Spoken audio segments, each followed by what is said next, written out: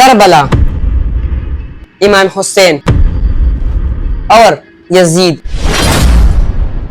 اصل کہانی کیا ہے؟ شیعہ لوگ محرم میں خود کو کیوں مارتے ہیں؟ اس کی اصل وجہ کیا ہے؟ یہ ماتم، یہ خون، یہ زنجیریں کیا امام حسین نے ہمیں یہی سکھایا تھا یا شیعہ ان کی تعلیمات سے دور ہو چکے ہیں؟ یزید نے تحت کے نشے میں کیا سوچا تھا کہ حسین خاموش ہو جائے گا؟ وہ بھول گیا تھا کہ نانا کا نواسا کبھی سر نہیں جھکاتا۔ کربلا صرف ایک جنگ نہیں تھی، یہ انسانیت کے ضمیر کا امتحان تھا۔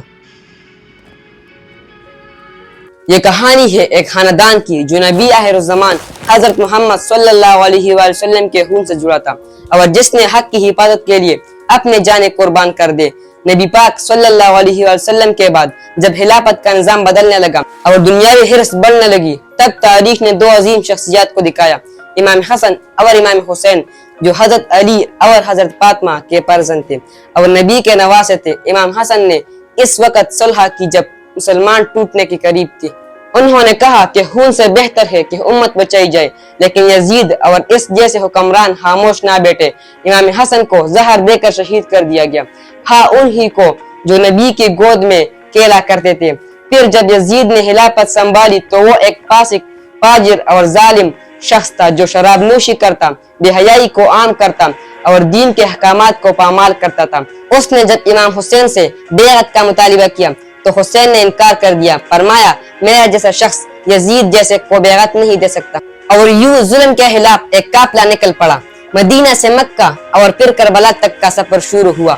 کربلا وہ جلتی ہوئی ریت جہاں نہ پانی تھا نہ سایہ، لیکن وہاں حسین اپنے خاندان اور باوفا ساتھیوں کے ساتھ کھڑے تھے، نہایت صبر، سکون اور استقامت کے ساتھ۔ امام حسین کے 6 ماہ کے بیٹے علی اصغر کو پیاس کی شدت میں نیزہ پر مارا گیا۔ حضرت عباس کے دونوں بازو کٹ گئے، علی اکبر کو ٹکڑے ٹکڑے کر دیا گیا اور آخر میں امام حسین خود سجدے کی حالت میں شہید کر دیے گئے۔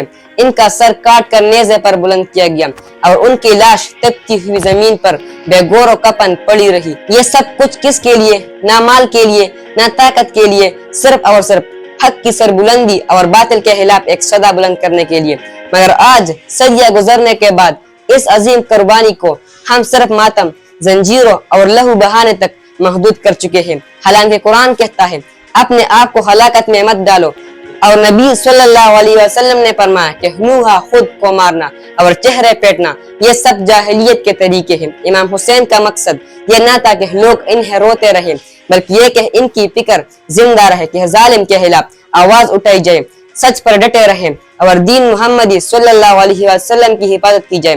یزید کا انجام تاریخ نے دکھایا، لیکن حسین وہ چراغ بن گئے جو رہتی دنیا تک حق کا راستہ دکھاتا رہا۔ یہ سب جاہلیت کے طریقے ہیں۔ امام حسین کا مقصد یہ نہ تھا کہ لوگ انہیں روتے رہیں، بلکہ یہ کہ ان کی فکر زندہ رہے کہ ظالم کے خلاف آواز اٹھائی جائے، سچ پر ڈٹے رہیں اور دین محمدی کی حفاظت کی جائے۔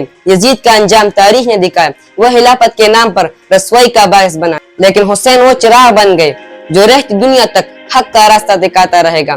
آج ضرورت اس بات کی ہے ہم صرف آنسو نہ بہائے، بلکہ حسین کے راستے پر چلے اور وہی پیغام اپنائے، باطل کے سامنے سر نہ جھکانا، چاہے کربلا کیوں نہ بن جائے۔